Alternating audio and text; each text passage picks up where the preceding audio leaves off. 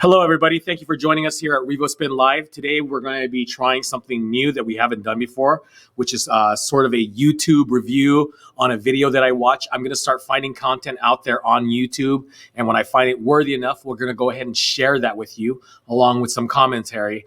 So if you have any suggestions of people that you follow, business-minded marketing people, people in entertainment that you feel it would be a worthy watch, please go ahead and message us or contact us here at RevoSpin, and we'll see if we're about getting them on the air.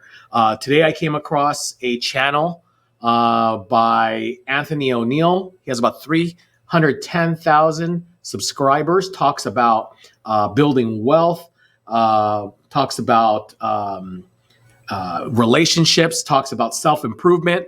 So right along our alley here. And this video happens to feature Christy Wright. Christy Wright's a person who has her own channel as well.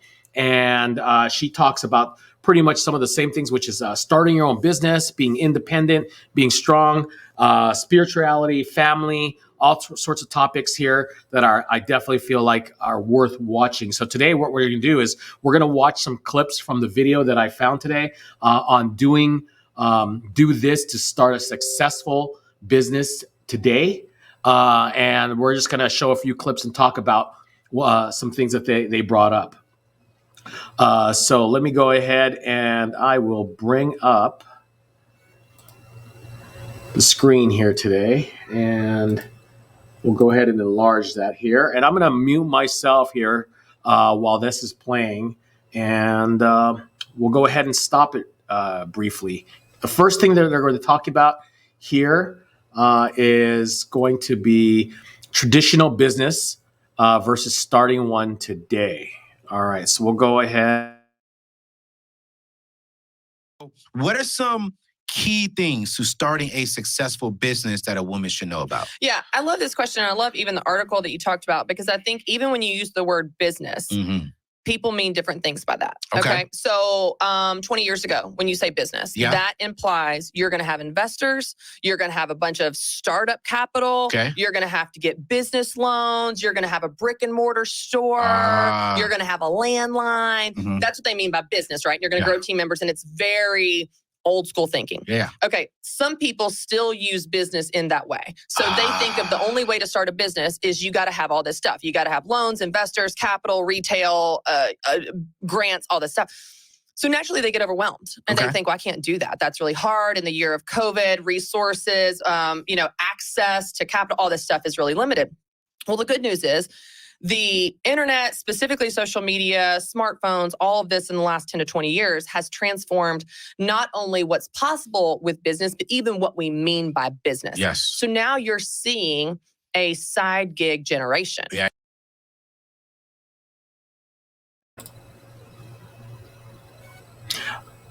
I'm going to pause it there because that's something here that we want people to remember here, is that it is a side gig generation. As you know here, with COVID happening, a lot of people were stuck at home, and people got really educated on different platforms on how, with the skills they possess or maybe some of their passions, they were able to make money.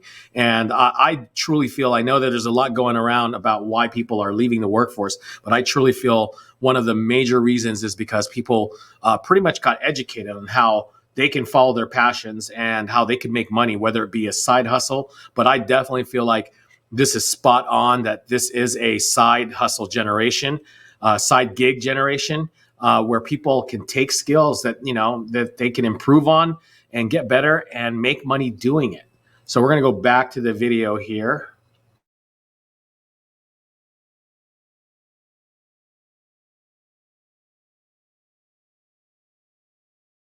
And these are businesses. These are businesses that are becoming full-time businesses for people. They start out as a Facebook page. They start out as, hey, I'm going to just open up an Etsy storefront, sell some earrings, see what happens. And that turns into, it's such a big business. Her husband's quitting his job to come work for her in her little Etsy shop. So the scale and possibilities of what you can do right now is blowing up our old school definition of business. So if someone's watching right now, they're like, well, I'm not a business owner. I'm not business minded. I want you to rethink what we mean by business.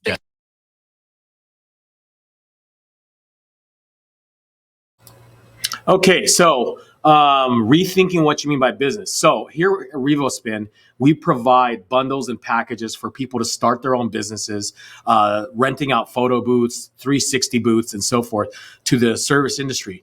So talking about that, this is something to where you don't have to have a warehouse, you don't have to have an office. You pretty much within the comforts of your own home can run this business with having a computer, a cell phone, going out there, making business cards, getting on social media, networking, and so forth. You are able to start your own business. So really important things to learn here is that it's never too late. And that's going to actually segue into something we're going to be talking about later, is when is it a good time to start a business. But these are definitely golden words, because this is that time for you to go ahead, and if you want to get out there and you have a passion for making people happy, providing content, being at events like weddings and corporate parties, and you just have a knack for getting people, a sales ability to hire you, then you know what, this might be for you. So definitely pay attention. I definitely recommend following people like this on YouTube and following Instagram channels, because the key thing about this is staying motivated. So we're going to go ahead and we're going to skip to the next section here, which is at 12:40 here. So let's go ahead and move it all the way up to about 12:40 here. Go ahead and mute me.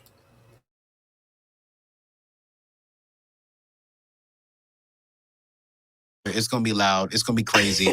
You will not go to sleep. So Christy, my average tribe person who follows me is a 33-year-old woman, right? Okay. And she wants to start a business. She wants to be an entrepreneur. Yeah. That's the average person who follows me. I love that. When should she consider starting a business? Well, going back to what we said a minute ago, when we talk about starting a business, that feels like a really big idea. I've got to start and plan and business plan and launch. Here's what I have found, AO, and I know that we're kind of all about this in this place, but I really care more about quick wins and building confidence. That I'd rather you do something small and imperfect today that's going to build your confidence and teach you what you need to do next, rather than plan, have a business plan, work, find the perfect time. There's no perfect timing. So getting with that again here, there is no perfect timing. If you want to go ahead and go out there and do that, it's going to be a learning process. A lot of people are nervous, or they say they don't want to do start up a business like this, renting out photo booths. Well, you're being good company, because many people that are successful now started out just like you.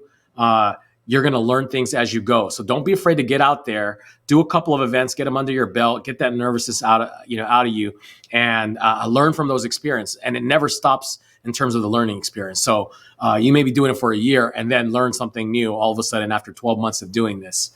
So keep in mind here that there is no perfect time, that you need to just get out there, meet people, learn as you go, be honest with people, what skill level you're at, what type of service level you're at as well. And, people will appreciate that, and you'll just get better and better. And eventually you're going to be at the one that people want to learn from yourself. That's how pretty much a lot of people in these industries go. Whether you're a DJ, photographer, you're always going to start out at some point and have to go from there. So what we're going to do is we're going to actually go, we're going to forward it here to 17 minutes and 40 seconds. And let's get over here to 1740. Okay, we'll go ahead and mute me. When they bring me ideas, they're like, yo, this thing right here, it's going to make $1 million.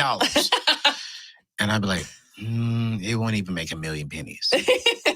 So when you're coaching these ladies, how do you help them understand, okay, if this is a true hustle, if it's going to be a lucrative, or if this is just a hobby, something that's not going to make you a lot of money, but like, how do you help them understand this is profitable or not profitable? So easy. I love this question because it's so easy. And because it's so simple, it's often overlooked. Even with business owners, people that have been in business for years. People ask me all the time, will this idea make me money? They ask me all the time, will this business idea make me money? I think what they really are asking, or I'm sorry, they ask, can this idea make money? Can it make money? That's how they ask it. And I say, does it solve a problem? If this idea solves a problem, then yes, it can make money because people pay you to solve their problems. So there you have it. We've talked about this before here, is why should people pay you? Find out the why. Why are you doing it, and why should people hire you? So if you can solve people's problems, obviously some people, they already know that they have a problem, which is, I don't have something like I saw at a previous event, like a photo booth, and so I need somebody. And you solve their problem because you bring in your expertise, the equipment you have, the know how to use it, the props you bring, and that's the problem you're solving for them. However, sometimes you just don't have to stop it there. You know, you can ask a person, do you want to hire a photo booth service? Do you want a photo booth service there? They're going to say no. It's not really a problem. Well, sometimes you have to bring that problem out. We've talked about this previously in sales topics and everything like that. Sometimes you have to actually have them envision and just ask them a simple question. Would your event be more memorable, and will people walk away remembering it more with a photo booth or without a photo booth? And you've just now made some light on a issue where if they come to realize and agree with you, yeah, you know, a photo booth would be great to have, they just now gain the problem that you can solve. So don't just stop at you know, a yes or a no.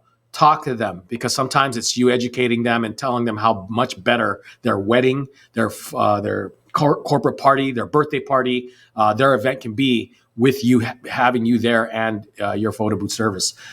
So we want to thank you for the content here, for Anthony ONeal, as well as for Christy Wright. Check out their channels. They've got, you know, quite a bit of subscribers between the two of them here. We'll go ahead and flash on here, Anthony ONeal. Here's his YouTube channel. You can look him up on YouTube. And then we also have Christy Wright. So go check them out. I thoroughly enjoyed what they had, the message they had to send about businesses here. And we'll go ahead and close out the show. Tomorrow, we're going to have one of the founders of Check Cherry. Okay. So let me actually bring, that'll be Judd Lillistrand is going to join us, and he will talk to us about Check Cherry, which is a platform we've talked about before. So stay tuned for 3:30 p.m. Pacific Standard Time tomorrow, and that'll be 3 hours ahead if you're joining us on the East Coast. All right, you take care now and have a good day. We'll see you tomorrow at 3:30.